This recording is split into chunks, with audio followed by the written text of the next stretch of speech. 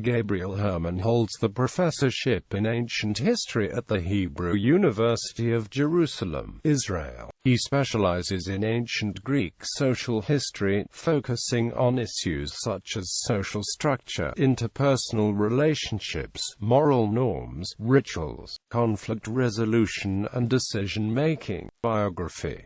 Gabriel Herman was born in Târgu Mureș, Romania, and raised in Israel. Educated at the Hebrew University of Jerusalem and the University of Cambridge, he has taught at the Hebrew University since completing his Ph.D. at Cambridge in 1985. He is married with 3 children.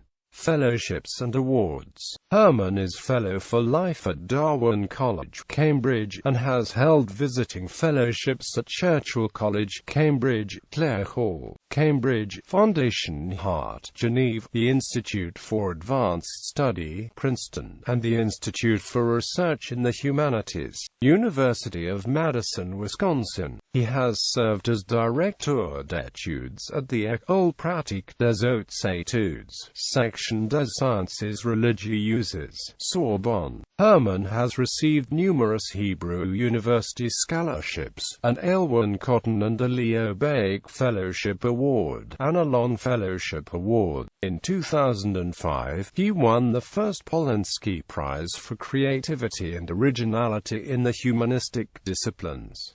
Academic research. Herman's research has been motivated by 3 interrelated questions from the start. First, how do social institutions, values, norms, customs, laws, ideologies, sentiments, and drives, whether recognized or subconscious, affect human behavior in general, and how did they affect the behavior of the ancient Greeks and Romans in particular? Second, how do these factors interact in the formation of societies and groups characterized by that unique combination of customs, actions and outlooks that goes under the name of culture? Third, what drives a historical narrative and/or motivates the historical process? Herman advocates a closer interaction between ancient history and the social, behavioral and life sciences. Historians should, in his view, keep track of the insights achieved in these fields and apply them to the analysis of the past societies that are the objects of the studies, with a view to developing analytical tools capable of tackling problems that could not be satisfactorily resolved using the historian's traditional, analytical apparatus alone. Herman has been involved over the past year in initiating the production of a multi-authored synoptic guide to ancient Greece and Rome, guided by a novel conception of environment, economy, society, politics, and culture. Herman's published works may be divided into 3 categories: ritual and social structure. The first category includes contributions to the study of friendship, kinship, social structure, politics and international relations in ancient Greece, a 3-dimensional view of a bond that, though ubiquitous in the Greek and Roman world, had previously been poorly understood by modern writers. This is the relationship known to the Greeks as xenia and to the Romans as hospitium. Having identified this bond as a sort of quasi-kinship that has also been observed by social scientists in more recent cultures, he followed up its implications for Greek histoire événementielle by examining how xenia hospitium functioned in 3 largely dissimilar social settings. The hierarchical, individualistic world of petty rule is reflected in the Homeric poems, the egalitarian, collectivistic world of the classical and Hellenistic city-state, reflected in classical Greek literature, and the huge upper-class power networks of the late Roman Empire, reflected in the Greek and Latin literature of the late Roman and early medieval periods. In Rituals of Evasion in Ancient Greece, Herman describes a kind of ritual that has survived into the world of the Greek city-states from that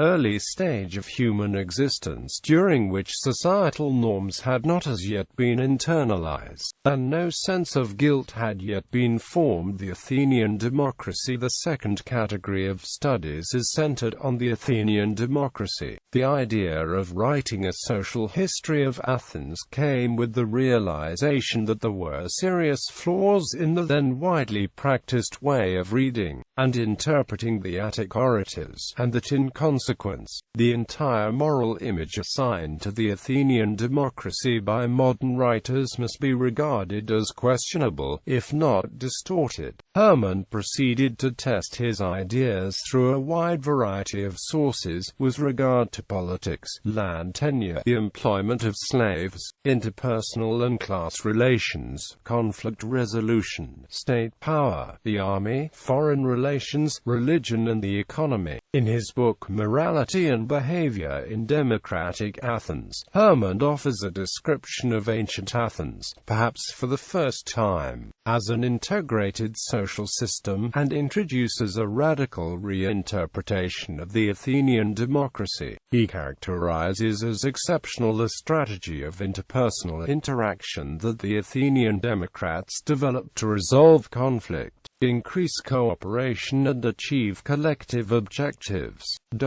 In a recent article, Herman offers a solution to the long-standing question of how a direct democracy run by masses could have functioned at all. The mainsprings of the historical process. The third category of studies in which Herman has a particular interest concerns the mainsprings of human behavior. The argument of the book that he is working on, Causation, Genes and History, is that if we combine history with the insights of modern genetics, introducing into our customary list of historical causes one that precedes most other causes, to wit, human nature, and then the cause of this cause itself, genes or DNA, we obtain a new theory of historical causation. Human genes are a far more objective and easily ascertainable cause than most proximate causes adduced by historians. In a sense, they might be conceived of as the ultimate cause, or the first principle of the historical process.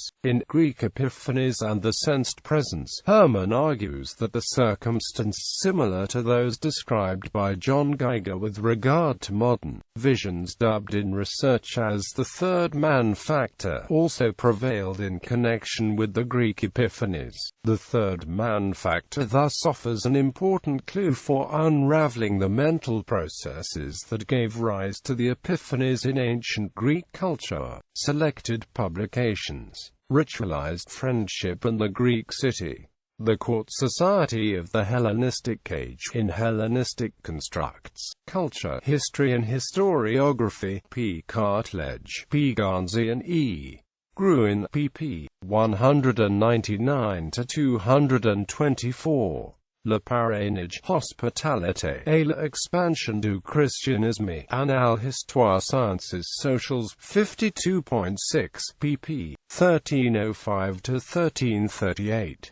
Reciprocity, Altruism and a Prisoner's Dilemma, The Special Case of Ancient Athens, in Reciprocity in Ancient Greece, c. Gill, N. Postlethwaite and R. Seaford, pp. 199–226. Morality and Behavior in Democratic Athens, A Social History, ed. with I. Schatzman, Greeks Between East and West. Review article of Laurel J. Salmons II, The Cambridge Companion to the Age of Pericles, Scripta Classica Israelica 2081–90. The Best Few and the Bad Many. Decision-Making in the Athenian Democracy, in H. Lohman and T. Matten, Attica Archaeologiana Zentralen Kulturlandschaft, pp. 231–244. Greek Epiphanies and the Sensed Presence, Historia 60, 127–157, ed. Stability and Crisis in the Athenian Democracy.